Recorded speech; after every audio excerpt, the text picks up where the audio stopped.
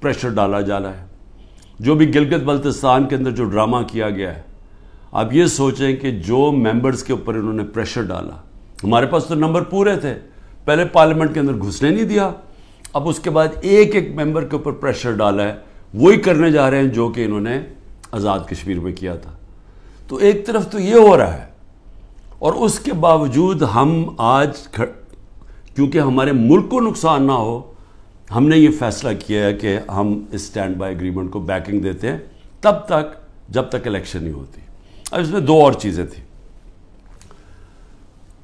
میں نے I am F کے جو امریکہ سے جو ہیڈ تھے, ان سے جو میں بات کر رہا تھا, ان کو میں نے ایک چیز سمجھائی کہ میں نے کہا جب تک اس ملک میں پولیٹیکل سٹیبلٹی نہیں آتی, سیاسی استحکام نہیں آتا, تو یہ جس طرح یہ ملک چل رہا ہے, یہ اب تھوڑی دیر اگر آپ 3 ارب دے بھی دیں گے اور 3 ارب ڈالر کی دینے میں تھوڑے سے اور ڈالرز بھی 5-6 ارب ڈالر اور بھی آ جائیں گے, تو یہ تو کینسر کا علاج ڈسپلن سے ہو رہا ہے. جو کینسر ہے وہ پھیلتی جا رہی ہے, اور کینسر کیا ہے کہ ملک میں سیاسی استحکام ہی نہیں ہے. اور وہ کیوں نہیں ہے؟ کیونکہ یہ سب پارٹیز نے مل کے اور ساتھ اسٹیبلشمنٹ, کیونکہ تحریک انصاف اقتدار میں نہ آئے, الیکشن تب کروائیں گے جب یہ سمجھتے ہیں کہ پارٹی تحریک انصاف الیکشن نہیں لڑ سکے گی.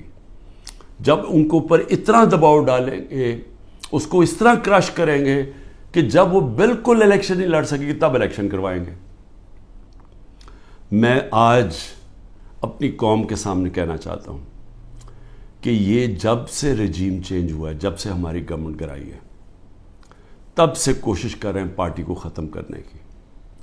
اور کوئی ان کو جو سب اوپر پاور میں بیٹھ کے تحریک انصاف کو ختم کرنے کی کوشش کر رہے ہیں, ان کو کوئی ملک کی فکر نہیں ہے. انہوں نے جو پاکستان کی معیشت سے کیا, میں آپ کو پھر کہتا ہوں دشمن بھی نہ کریں. میڈیا کنٹرول کر لیا ہے, ایک کنٹرول میڈیا ایک بات کرتا جا رہا ہے کہ جو یہ تو پیچھے سے یہ تحریک انصاف کی وجہ سے ساری مشکلات آئی ہیں. پھر سے میں کہتا ہوں کہ ہر سال شائع ہوتا ہے اکنامک سروے آف پاکستان. ذرا اکنامک سروے آف پاکستان میں دیکھ تو لیں کہ بینکرپٹ گورنمنٹ 2018 میں ملی, اور کرونا کے باوجود کیسے اس 6% پاکستان کی معیشت آگے بڑھ رہی تھی, گروتھ ریٹ تھی. 2 آخری سالوں میں جو ایوریج تھی وہ 6% تھی. تو کتنی دفعہ پاکستان کی معیشت اتنی تیزی سے اوپر گئی ہے. انڈسٹری بڑھ رہی تھی, دولت میں اضافہ تھا, پر کیپٹا انکم بن رہی تھی, ٹیکس بڑھ رہے تھے, ایکسپورٹس بڑھ رہی تھیں, ریمیٹنسز بڑھ رہی تھیں. تو جب ایک ملک ترقی کر رہا تھا, اس گورنمنٹ کو گرا کے جس کو لے کے آئے ہیں, انہوں نے کیا ہے؟ انہوں نے ان کی جو پالیسیز تھیں, اور یہ ہمیشہ یہ ملک بینکرپٹ چھوڑ کے گئے ہیں. 99 میں بھی جب یہ نون لیگ گئی ملک بینکرپٹ تھا, 2018 میں بھی بینکرپٹ کر کے گئے, اور پھر آتے ساتھ ہی ایک اکانومی جو چل رہی تھی اس کو بینکرپٹ کر دیا. انہوں نے کیا؟ انہوں نے پہلے بھی جب ایکسچینج ریٹ کو زبردستی روک دیا جب 2018 میں, تو ایکسپورٹس گر گئی. انہوں نے روپے کو جب اوپر رکھا جو اس کی مارکیٹ ویلیو نہیں تھی, تو اسے ہوا کیا؟ امپورٹ سستی ہو گئی, ایکسپورٹس مہنگی ہو گئی, ایکسپورٹس گر گئی. جب ایکسپورٹس گریں ڈالر کی جب 3 گنا زیادہ جب امپورٹس ہو جائیں ایکسپورٹس کی, تو وہ ملک کیسے آگے ترقی کر سکتا ہے؟ تو تب بھی انہوں نے یہی کیا. اس بار آتے ساتھ ہی انہوں نے یہ نون لیگ نے پھر وہ کیا, روک دیا اس کو روپے کو گرنے سے. لیکن مصنوعی طور پہ جب آپ روکتے ہیں, اس کا کیا ہوا کہ ریمیٹنسز گرنی شروع ہو گئی, ایکسپورٹس گرنی شروع ہو گئی. پھر را مٹیریلز جو امپورٹ کرتے ہیں ہم انڈسٹری کے لیے, اس کو بند کر دیا. انڈسٹری نیچے جانی شروع ہو گئی, ٹیکس کلیکشن نیچے جانی شروع ہو گئی. 3 ارب ڈالر کا ہمیں مل رہا ہے اس وقت آئی ایم ایف سے اسٹینڈ بائی ایگریمنٹ پہ جو پیسہ آئے گا. 7 ارب ڈالر صرف 1 سال میں پاکستان کو نقصان ہوا ہے ایکسپورٹس کی کمی میں اور ریمیٹنسز کی کمی میں. ریمیٹنسز کی کمی میں کیوں ہوا؟ کیونکہ اتنا فرق پڑ گیا مارکیٹ میں، روپیہ کی قدر کدھر چلی گئی اور آفیشل کدھر تھی کہ لوگوں نے بینکوں کے تھرو پیسہ نہیں بھیجا، دوسری طرح پیسہ بھیجنا شروع کیا، ہمارا ریمیٹنسز کم ہو گئی اور ایکسپورٹس کم ہونی تھی۔ جب انڈسٹری کے اوپر انہوں نے را مٹیریل بند کر دیا، ایکسپورٹس کم ہو گئی، تو $7 ارب کا ایک سال میں کمی آئی ان کے دور میں، جبکہ $3 ارب کا ہم اب قرضہ لے رہے ہیں۔ قرضے بڑھتے جا رہے ہیں، آمدنی سکڑتی جا رہی ہے۔ کوئی ملک چل سکتا ہے ایسے؟ اور کتنی دیر چلے گا؟ اور پھر اوپر سے سیاسی استحکام ہی نہیں ہے، لوگ ملک چھوڑ کے جا رہے ہیں، ملک سے ڈالرز باہر جا رہے ہیں۔ جب پروفیشنلز بھی باہر جا رہے ہیں اور ڈالرز بھی باہر جا رہے ہیں تو آگے کیا رہے گا مستقبل پاکستان کا؟ اس لیے ہم نے IMF کو بھی سمجھایا، میں نے اس کو سمجھایا، میں نے کہا دیکھو جب تک فری اینڈ فیئر الیکشنز نہیں ہوں گے یہ ملک اب یہاں سیاسی استحکام نہیں آئے گا اور اکانومی ٹھیک نہیں ہونے لگی۔ لیکن بدقسمتی کیا ہے کہ حکومت دوسری، یہ جو پالیسیز ہیں جو پاور میں بیٹھے ہیں وہ دوسری طرف جا رہے ہیں۔ بجائے صاف اور شفاف الیکشن کروا کے ایک سیاسی استحکام آئے، ایک ایسی حکومت آئے جو پبلک کی ووٹ سے آئے، پبلک کے مینڈیٹ سے آئے، 5 سال کے لیے آئے، وہ پھر مشکل فیصلے کرے۔ مشکل فیصلے کا مطلب اصلاحات کرے۔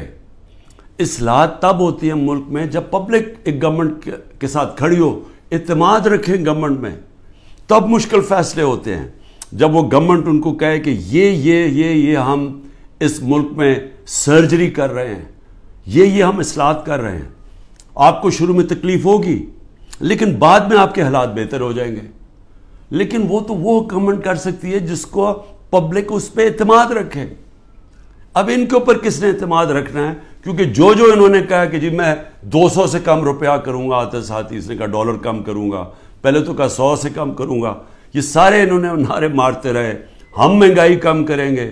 مہنگائی بھی تاریخی، روپیہ بھی تاریخی طور پہ نیچے گرا۔ اس کے علاوہ جو انہوں نے وعدے کیے سب کے سامنے ہیں کہ کدھر کھڑے ہیں، لوگوں کے آج حالات کیا ہے۔ تو اب ان کے اوپر تو اعتماد آنے نہیں لگا۔ جو کوشش کی جا رہی ہے انجینئرنگ کی، وہ یہ لوگ پھر واپس آ جائیں گے۔ تحریک انصاف کو کوشش کی جا رہی ہے کہ اس کو ختم کیا جائے، تو اس سے تو سیاسی استحکام نہیں آنے لگا، اور اس سے تو آگے کوئی ملک کا مستقبل ہی نظر آ رہا۔ تو لہٰذا ہم نے ان کو یہ ضرور کہا کہ دیکھیں جو آئین کہتا ہے، آئین کے مطابق الیکشن کروائے جائیں۔ آئین جو فنڈامنٹل رائٹس، بنیادی حقوق کی حفاظت کرتا ہے، وہ اس کو امپلیمنٹ کیا جائے۔ کیونکہ آپ صرف اگر پیسے دے ہی دیں گے، پھر سے میں کہہ رہا ہوں کینسر کا علاج ڈسپلن سے ہوگا، تھوڑی دیر کے لیے فائدہ ہو جائے گا۔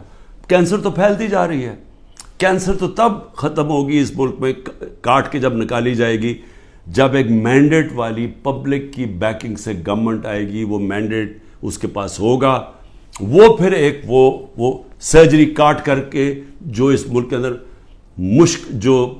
جو غلط چیزیں آ گئی ہیں، جو ہماری ملک کے اندر اصلاحات چاہیے ہیں، جو مشکل فیصلے چاہیے ہیں، جو رول آف لا، قانون کی بالادستی قائم کریں تاکہ ملک میں باہر سے انویسٹمنٹ آئے، سرمایہ کاری ہوگی تو دولت کے اندر اضافہ ہوگا، وہ دولت میں اضافہ ہوگا تو ٹیکس، یہ جو قرضے واپس کریں گے، وہ دولت میں اضافہ تو ہونے نہیں لگا اگر یہ جو آج جنگل کا قانون ہے، تو وہ سب کچھ اکٹھا جاتا ہے۔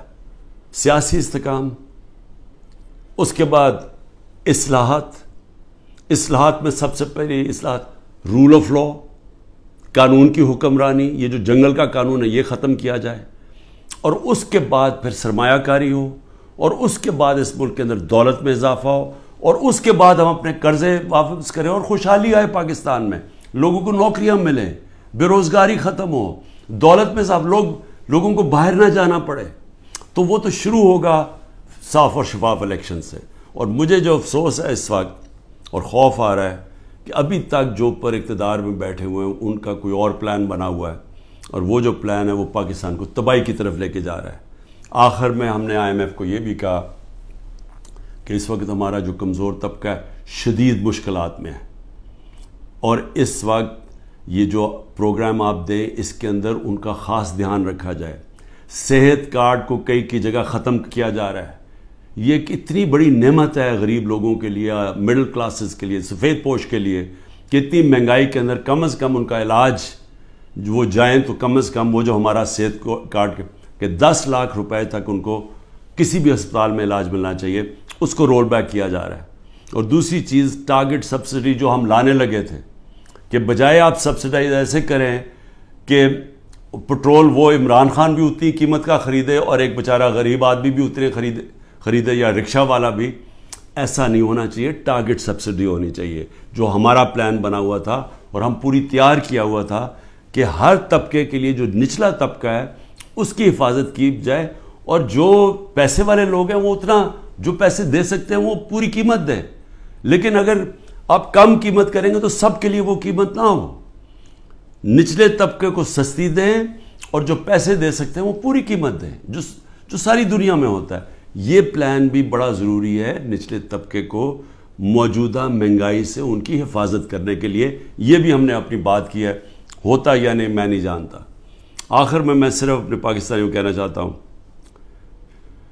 کہ دیکھیں, آپ سب کے لیے بڑا ضروری ہے سمجھنا. آپ یاد رکھیں کہ اگر یہ پولیٹیکل انجینئرنگ کے تحت اسی طرح ایک فراڈلنٹ الیکشن سے, جس طرح کی یہ سندھ میں ابھی الیکشن کرواتے ہیں, اگر اس طرح کے الیکشن سے یہی لوگوں کو واپس لے کے آنا ہے اور ملک کی سب سے بڑی جماعت کو کونے پہ لگانا ہے, ختم کرنے کی جو کوشش کی جا رہی ہے, اس سے سب سے بڑا نقصان پاکستان کی عوام کو ہے. اور 14 مہینے میں جو نقصان ہو چکا ہے, یہ مزید اور زیادہ نقصان ہوگا. یہ برداشت کر سکتی ہے قوم یا نہیں؟ میرے خیال میں یہ نہیں کر سکتی. میرے خیال میں یہاں ایک ایسا حالات ہو جائیں گے جو سب کے ہاتھ سے باہر نکل جائیں گے, جیسے سری لنکا میں حالات ہو گئے تھے. اور عجیب چیز سن رہی ہے کہ سری لنکا کے آج ہمارے سے بہتر حالات ہو گئے ہیں. یہ بھی آپ کو دھچکا لگے گا سن کے. پاکستان پائندہ باد.